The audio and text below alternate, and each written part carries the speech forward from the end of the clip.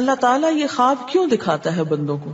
اور یہ ایک ایسا عمل ہے کہ جو انسان جس پہ قابو نہیں پا سکتا، جو انسانی ڈسکوری سے باہر ہے کہ ایسا کیوں ہوا. آپ دیکھیں کہ انسان دو چیزوں کا مجموعہ ہے، ایک اس کا جسم ہے اور ایک اس کی روح ہے.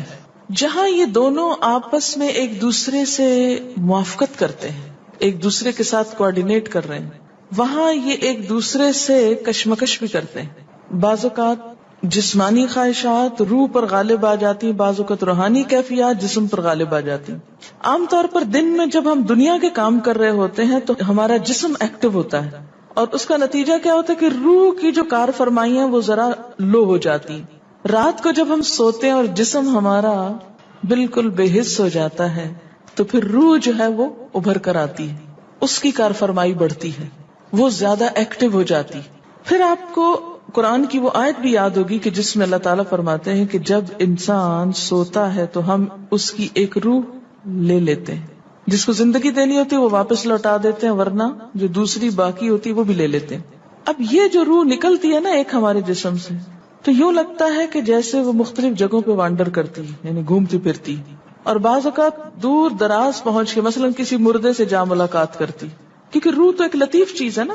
جب ماں کے پیٹ میں بچے کے اندر آتی ہے تو کوئی پتہ نہیں چلتا، جب نکل جاتی ہے تو کوئی پتہ نہیں چلتا.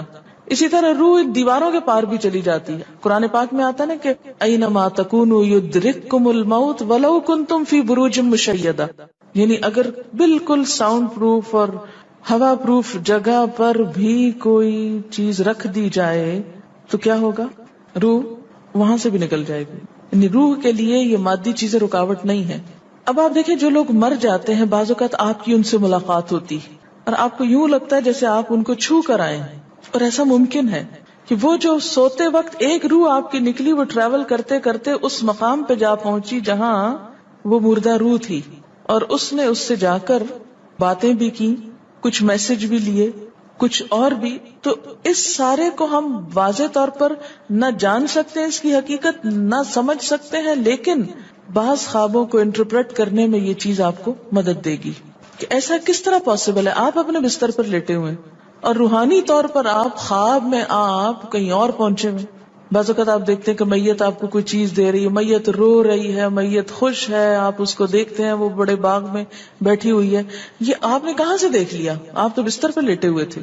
تو وہ جو ایک شعور سوتے وقت نکل جاتا ہے، جسم سے الگ ہو جاتا ہے، وہ ٹریول کر رہا ہوتا ہے ایک طرح سے، اور وہ ایسی جگہوں پر اللہ کے اذن سے ہی پہنچ جاتا ہے اور اس کو وہاں کی معلومات مل جاتی ہیں.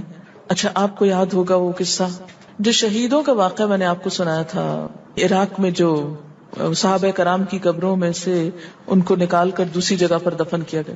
آپ نے دیکھا کہ مستقل کنٹینیوسلی 3 دن خواب آیا ایک شخص، جب اس نے اگنور کیا تو بادشاہ وقت کو خواب آیا، مفتی اعظم کو خواب آیا، اور مسلسل خواب میں وہ اپنا میسج کنوے کر رہے ہیں کہ ہمیں وہاں سے نکالو، ہماری قبروں میں پانی آ گیا. اور یہ بالکل سچا واقعہ ہوا، دنیا نے جس کا مشاہدہ بھی کیا. تو پھر آپ اس کو کیسے انٹرپریٹ کریں گے؟ وہ شہداء کہاں ملے تھے؟ تو بات یہ ہے کہ جیسے ہماری روح ٹریول کرتی ہے، کہیں ایسی جگہ جا پہنچتی ہے تو ہو سکتا ہے کہ وہ اس مقام تک جا پہنچی ہو. یہ شہیدوں کی روح تو آزاد ہوتی ہے، ان کو اجازت مل گئی ہو کہ وہ ان لوگوں کی روح سے جا ملے، کیونکہ سجین قید خانے میں تو ہوتی ہے نا وہ روح جس کو مجرم روح جو ہوتی، لیکن جو مومن کی روح ہے، خاص طور پہ شہداء کی روح ہے، تو جنت میں کیا کر رہی ہوتی ہے؟ گھوم پھر رہی ہوتی ہیں، کھا پی رہی ہوتی. تو یہ بالکل ایک سچ ہے اور حقیقت ہے کہ بسا اوقات انسان خواب میں ایسے لوگوں سے ملاقات کر کے ان کے حالات کو جان لیتا ہے کہ ان پہ کیا گزر رہی. مثلاً ان کو عذاب ہو رہا ہے. یہ عام بات ہے نا کہ میت کو جس حال میں دیکھو اسی حال میں ہوتی. یعنی اگر خواب میں دیکھیں کسی نے اپنے والدین کو دیکھا کہ وہ بہت رو رہے ہیں فوت ہونے کے بعد، تو کیا کرنا چاہیے؟ ان کی طرف سے صدقہ دعا کرنی چاہیے. یہ بھی اللہ کی ایک رحمت ہوتی ہے کہ ان کو موقع دے دیا جاتا ہے کہ وہ اپنا میسج کنوے کر دیں. ایک طرح سے وہ اس کے دل کی بات نہیں ہوتی، الا یہ کہ آپ کسی انسان کے بارے میں بہت برا گمان رکھتے ہیں اور آپ اسے دیکھتے ہیں کہ وہ رو رہا ہے یا کچھ، لیکن کئی اور لوگ دیکھتے ہیں کہ وہ ہنس رہا ہے، کھیل رہا ہے. تو اس کا مطلب یہ ہے کہ پھر آپ ان دو کو کنٹرڈکشن کیسے دور کریں گے؟ تو پھر آپ یہ دیکھیں گے کہ جس نے خواب دیکھا ہے اس کا اپنا نظریہ اس شخص کے بارے میں کیا تھا، کیونکہ اس کی اپنی بدگمانی تو نہیں اندر چھپی ہوئی تھی کہ جو سوتے وقت اوپر ابھر آئی اور اس نے وہ روپ اس طرح کا دکھا دیا، پھر وہ حدیث نفس میں آ جائے گی، دل کی بات میں وہ چیز آ جائے گی. ٹھیک. تو نبوت کا جیسے انبیاء علیہ السلام کو کچھ غیب کی خبریں دے دی جاتی تھی، اسی طرح عام انسانوں کو خواب کے ذریعے کچھ غیب کی خبریں دے دی جاتی ہیں. لیکن کسی بھی خواب کے سچا ہونے کی آپ کوئی دلیل نہیں رکھتے. ایس سچ واضح بات یہ نہیں کہہ سکتے کہ میں نے جو خواب دیکھا وہ بالکل سچ ہو جائے گا، یہ آپ دعویٰ نہیں کر سکتے. نبوت کا تو دعویٰ کیا جا سکتا ہے، لیکن آپ اپنے خواب کا دعویٰ نہیں کر سکتے کہ میں نے جو دیکھا ہے وہ بالکل سچ دیکھا. ہو سکتا ہے آپ کو شیطان نے ڈرایا ہو سکتا ہے کہ آپ کے اپنے دل کی سوچیں اور خیالات اس میں آ رہے ہوں، اور خصوصاً اس وقت جب دو متضاد آپ کو خبریں ملے. مثلاً ایک شخص آپ کے پاس آتا ہے، وہ کہتا ہے کہ میں نے آپ کے بارے میں بہت اچھا خواب دیکھا. دوسرا آتا ہے، کہتا ہے کہ میں نے آپ کو اچھے حال میں نہیں دیکھا. اب یہ فرق کس چیز کا ہو گیا؟ اس کے اپنے گمان کا فرق ہے. ایک آپ کے بارے میں گمان اچھا رکھتا ہے، وہ آپ کو اچھا دیکھنا چاہتا ہے، لہٰذا وہ آپ کو اچھا دیکھ رہا ہے. اور دوسرا آپ سے حسد رکھتا ہے اور وہ آپ کو ہر قیمت پہ ختم ہوتے دیکھنا چاہتا ہے. وہ ویسے تو مار نہیں سکتا آپ کو، لہٰذا خواب میں مار لیتا ہے اور خواب میں آپ کا حال برا دیکھ لیتا ہے. تو وہ خواب دراصل کیا ہوتا ہے؟ اس کی اپنے نفس کی بات ہوتی ہے. اسی طرح بعض لوگ جو جھوٹ سے بچتے ہیں، دھوکے سے بچتے ہیں، جن کے اندر منافقت نہیں ہوتی، جن کے دل بالکل صاف ہوتے ہیں، ان کو بھی بعض اوقات ایسے خواب آتے ہیں کہ جو بالکل واضح حقیقت ایک طرح سے نظر آ جاتی. لیکن کوئی شخص یہ خود سے دعویٰ نہیں کر سکتا کہ جو میں نے دیکھا ہے وہ میرے دل کی بات نہیں اور وہ بالکل بڑی سچائی ہے، جب تک کہ وہ چیز عملاً سامنے نہ آ جائے. آپ صلی اللہ علیہ وسلم نے فرمایا، اچھا خواب اللہ کی طرف سے ہے اور برا شیطان کی طرف سے. یعنی اگر آپ کسی کو برا دیکھ رہے ہیں یا کسی کی برائی دیکھ رہے ہیں تو وہ دراصل کیا ہے؟ شیطان ہے آپ کے اندر، جو آپ کو اس شخص کے خلاف یا کسی خاص واقعے کے خلاف بھڑکا رہا ہے، اور آپ اپنی تسلی کر لیتے ہیں خواب کے ذریعے. فرمایا پس جب کوئی شخص پسندیدہ خواب دیکھے تو اسے صرف اس شخص سے بیان کرے جس سے محبت اور اعتقاد ہے. یہ میرا مشورہ نہیں، نبی صلی اللہ علیہ وسلم کا ہے آپ سب کے لیے. بخاری اور مسلم کی روایت ہے کہ جب کوئی اچھا خواب آپ دیکھیں تو کیا کریں؟ اس کو بتائیں جس سے آپ محبت رکھتے ہو، وہ آپ سے بھی رکھتا ہو اور جس پر آپ کا اعتماد ہو. جیسے حضرت یعقوب علیہ السلام نے کیا کہا تھا بیٹے کو کہ مجھے تو بتا دیا، بھائیوں کا نہیں بتانا. اور جب مکروہ خواب دیکھیں تو حق تعالی سے اس خواب کے شر اور شیطان کے فتنے سے پناہ مانگے. جب برا خواب دیکھیں تو اس خواب کے شر اور شیطان کے فتنے سے پناہ مانگے کہ شیطان بہکانے لگا انسان کو. اچھا آپ دیکھیں کہ بعض اوقات یہ ہوتا ہے کہ جسے ہمارا کسی سے اختلاف ہوا ہے، عقیدے میں، گھر کے جھگڑے میں، کسی ذاتی اس میں، تو ہم کمزور ہوتے ہیں، مجبور ہوتے ہیں، اس کو کچھ کہہ نہیں سکتے. تو پھر ہم بعض اوقات اپنی تسکین کیسے کرتے ہیں؟ خوابوں میں کرتے ہیں. مثلاً ایک لڑکا کسی سے شادی کرنا چاہتا ہے اور وہ کر نہیں پاتا، اس کو وہ رشتہ مل نہیں رہا، تو وہ خواب میں دیکھتا ہے کہ اس کی شادی اس سے ہو گئی ہے، اس لڑکی سے. تو بعض خوابوں کی نوعیت بس صرف اتنی ہوتی، اس سے زیادہ اس کی حقیقت نہیں ہوتی. اچھا بعض اوقات جیسے کسی سے ضد ہے، عداوت ہے، دشمنی ہے آپ کی، اب آپ اس کو خواب میں برا دیکھ رہے ہیں، اس کی برائی دیکھ رہے ہیں، تو یہ دراصل کیا ہے؟ شیطان کا شر ہے جو آپ پہ غالب آ گیا ہے. آپ اس کی برائی چاہتے ہیں، ویسے کچھ کر نہیں پاتے، مجبور ہیں آپ، تو آپ خواب کے ذریعے وہ اپنی تسلی کر لیتے ہیں. دنیا میں جو بھی انسان آیا ہے اسے ایک دن واپس ضرور جانا ہے. یہ انسان کی زندگی کا سب سے بڑا حادثہ ہے، جس کے بعد اس دنیا سے اس کا تعلق منقطع ہو جاتا ہے اور ایک نئی زندگی جو برزخ کی زندگی کہلاتی ہے وہ شروع ہو جاتی ہے. قیامت کے زلزلے کے ساتھ ہی یہ زندگی بھی ختم ہو جائے گی، پھر ایک نیا دور شروع ہوگا جس کی کامیابی اور ناکامی کا انحصار انسان کے اپنے اعمال پر ہوگا. ہم میں سے کوئی نہیں جانتا کہ اس کی موت کب آئے گی، لیکن ہم سب اسی دن کی طرف دوڑ رہے ہیں. ایسی صورتحال میں اصل کرنے کا کام اس دن کی تیاری کرنا ہے، تاکہ اس کے بعد جب ہم مالک کائنات کے سامنے پیش ہوں تو کوئی شرمندگی نہ ہو. موت کے بعد انسان اکیلا رہ جاتا ہے. موت انسان کو ہر چیز سے جدا کر دیتی ہے. موت ہر انسان کا پیچھا کر رہی ہے، مگر انسان اسے ہی بھولے ہوئے ہے. ضرورت اس بات کی ہے کہ ہم اس آخری وقت کو روزانہ یاد کریں اور اس کی تیاری میں لگے رہیں. وجاءت سکرۃ الموت بالحق ذالک ما کنت منہ تحید۔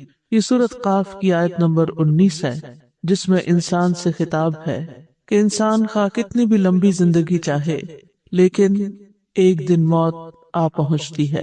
سکرات الموت، موت کی سختیاں، موت کی بے ہوشیاں، موت کی حقیقت کو لے کر آ پہنچتی ہیں، اور یہی وہ بات ہے جس سے انسان بھاگتا ہے، موت کا ذکر نہیں سننا چاہتا، موت سے فرار حاصل کرنا چاہتا ہے، لیکن موت اس کو آ پکڑتی ہے۔ یہاں بنیادی طور پر جان کنی کے وقت انسان کی کیا حالت ہوگی اس کو بھی بیان کیا گیا ہے۔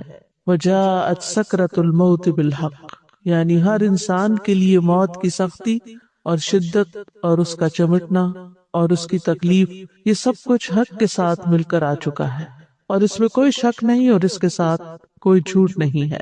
سکرہ کیا چیز ہے؟ یہ وہ سختی ہے جو عقل کو ختم کر دیتی ہے۔ سکر کے بارے میں راغب الاصفہانی کہتے ہیں، یہ ایسی حالت ہوتی ہے جو انسان اور اس کی عقل کے درمیان حائل ہو جاتی ہے، یعنی انسان کی عقل ماری جاتی ہے، اور اکثر یہ چیز نشہ پیدا کرنے والے مشروب میں استعمال کی جاتی، یعنی انسان ہوش میں نہیں رہتا، جیسے کوئی ڈرنک ہو گیا ہو۔ سکر کو غصے کے معنی میں بھی استعمال کیا جاتا ہے، بس کہا جاتا ہے کہ غصے، عشق، تکلیف اور اونگ نے نشے میں ڈال دیا، یعنی انسان کی مت ماری گئی۔ اور سکرات الموت یہ وہ غشی ہے جو تکلیف سے پیدا ہوتی ہے۔ کہتے ہیں یہاں اس سے مراد موت کی سختیاں ہیں، یعنی موت کی سکرات مراد ہے، یعنی موت کی تکلیف سے غشی طاری ہو جاتی ہے، کیونکہ روح کا کھینچا جانا، موت کی شدت کا اترنا، روح کا روندے جانا، شدید تکلیف کا ہونا ہے، اور یہ روندے جانا روح کا اور یہ تکلیف موت کے وقت نازل ہوتی ہے۔ موت کی یہ سختیاں ہر انسان کو بے ہوشی میں ڈال دیتی ہیں اور اس کی عقل ختم کر دیتی ہیں، انسان پر غالب آ جاتی ہیں۔ اور بالحق کا معنی ہے موت ایک حقیقت ہے جو حقیقت اس وقت سامنے آ گئی۔